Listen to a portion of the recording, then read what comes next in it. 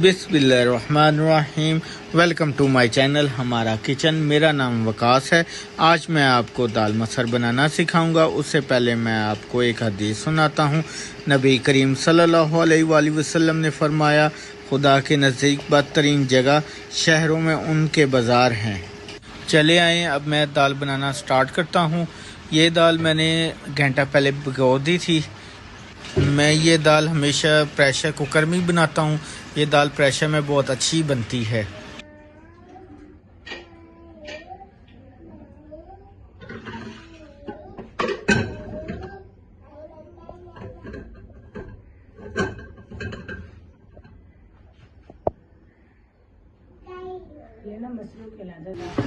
जी मैंने अब pressure cooker लिया है, इसके अंदर दाल मसर डाल रहा हूँ। दाल मसर देखें माशाल्लाह मैंने एक घंटा पहले ही भिगो दी थी, तो अब ये मैंने दाल मसर डाली है प्रेशर कुकर में। इसमें अब मैं 2 लीटर पानी डाल रहा हूँ। ये देखें 1 लीटर ये है जग। अब ये दूसरा जग मैं डाल रहा हूँ पानी का। अब इसमें मैं अब मसाले डालूँगा। देखिए मैं इसमें अब 1 दालचीनी का टुकड़ा डाला है,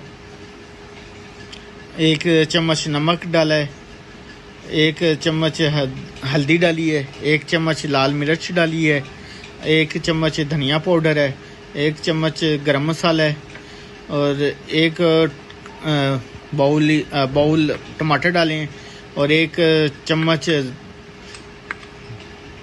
अदरक लहसुन का पेस्ट डाला है। अब इसे मैं मिक्स कर रहा हूँ।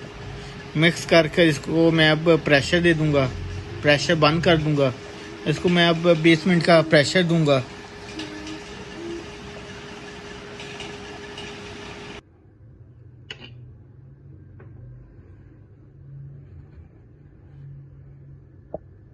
अब माशाल्लाह देखिए मेरे 20 मिनट गुजर गए हैं। अब मैं प्रेशर का ढक्कन खोल रहा हूँ। देखिए माशाल्लाह मैंने प्रेशर का ढक्कन खोला है तो हमारी दाल गल गई है। अब ये देखें माशाल्लाह।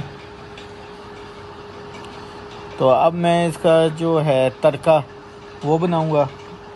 अब मैं इसका जो तड़का है वो तैयार करूंगा।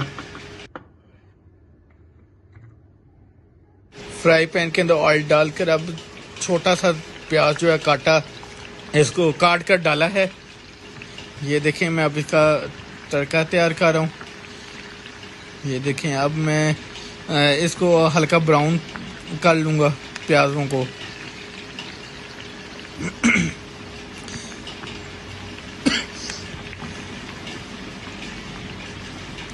देखें अब हमारे जो प्याज हैं वो हल्के ब्राउन हो रहे हैं। इसको इतना हिलाना है कि ये हल्का हल्का प्याज जो अपना कलर चेंज कर ले।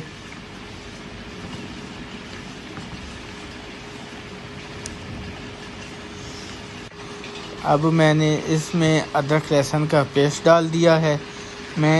अब मैं इसको थोड़ा सा ब्राउन करूँगा।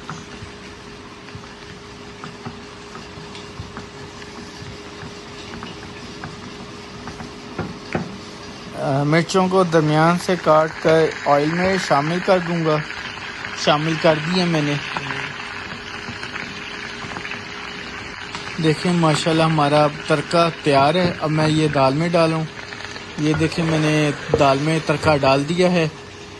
अब मैं इस दाल पर ढक्कन दे दूंगा ताकि इसका अरोमा दाल में जज़ब हो जाए। हमारी दाल तैयार है और बहुत मज़े की बनी है। इसको आप चावल के साथ, रोटी, नान के साथ खाएं।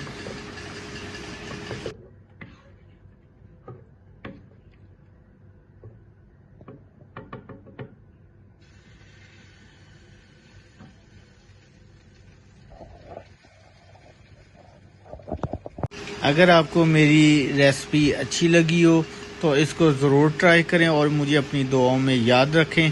अल्लाह हाफ़िज़।